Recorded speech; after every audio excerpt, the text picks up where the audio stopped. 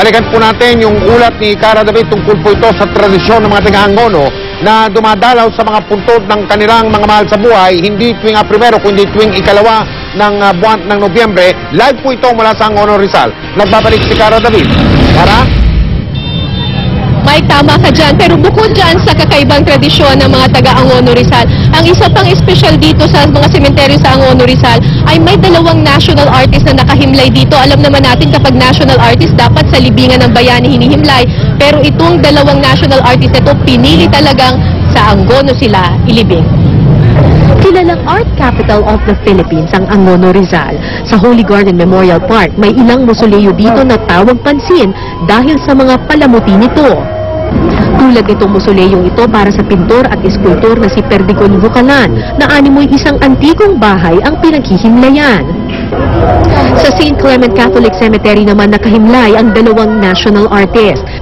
Si Botong Francisco na isang tanyag na pintor at muralist, mas pinili ng pamilya Francisco na ilibing si Botong sa tabi ng isang puno ng talisay dito sa Angono. Dito raw kasi madalas sumilong noon ang yumaong national artist habang pinapanood niya ang paglubog ng araw. Kanyang lumayo. Even offeran siya ng exhibits outside the country. Ayaw niya. Gusto niya dito lang sa Angono. Dito pa lang daw sa Angono, nandun na lahat ng inspirasyon na kailangan niya. Hindi na niya kailangan lumabas pa, lumayo. Si Maestro Lucio San Pedro naman ang ikalawang national artist na nakalibing dito. Siya ang lumikha ng mga di malilimutang awitin tulad ng tanyag na Sa Ugoy ng Duyan.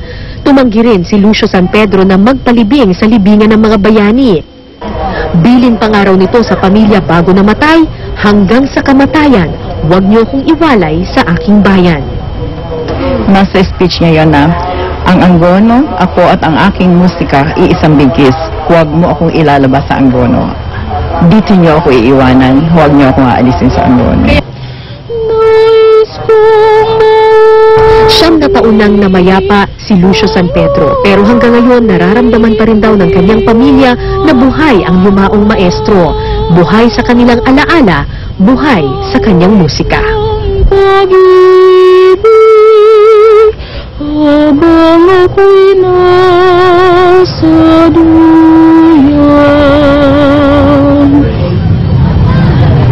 Mike, ayon sa Philippine National Police, sa kanilang pagtaya ay na umaabot na sa 10 to 15,000 yung mga tao na mga bumibisita sa tatlong malalaking sementeryo dito sa Angono, Rizal.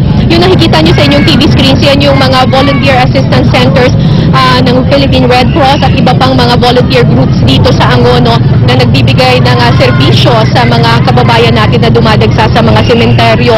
Generally peaceful naman ang sitwasyon dito sa Angono, Rizal, at hanggang mamayang gabi ay patuloy pa rin daw ang pagdagsa ng mga tao dito sa mga sementeryo para gunitain ang kanilang mga yumaong mahal sa buhay. Yan muna ang pinakasariwang balita mula dito sa Angono, Rizal. Balik sa iyo, Mike. Sa bagay, Cara, kung tutusin, ngayon naman talaga ang tinatawag na All Souls Day o Araw ng mga Kaluluwa. Maraming salamat, Cara David.